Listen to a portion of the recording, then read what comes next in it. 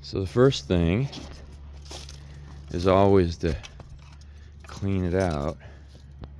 This particular heater hasn't really produced that much creosote, but I'm going to run this brush through it just to be sure, because I can barely see the light from the clean out down there. So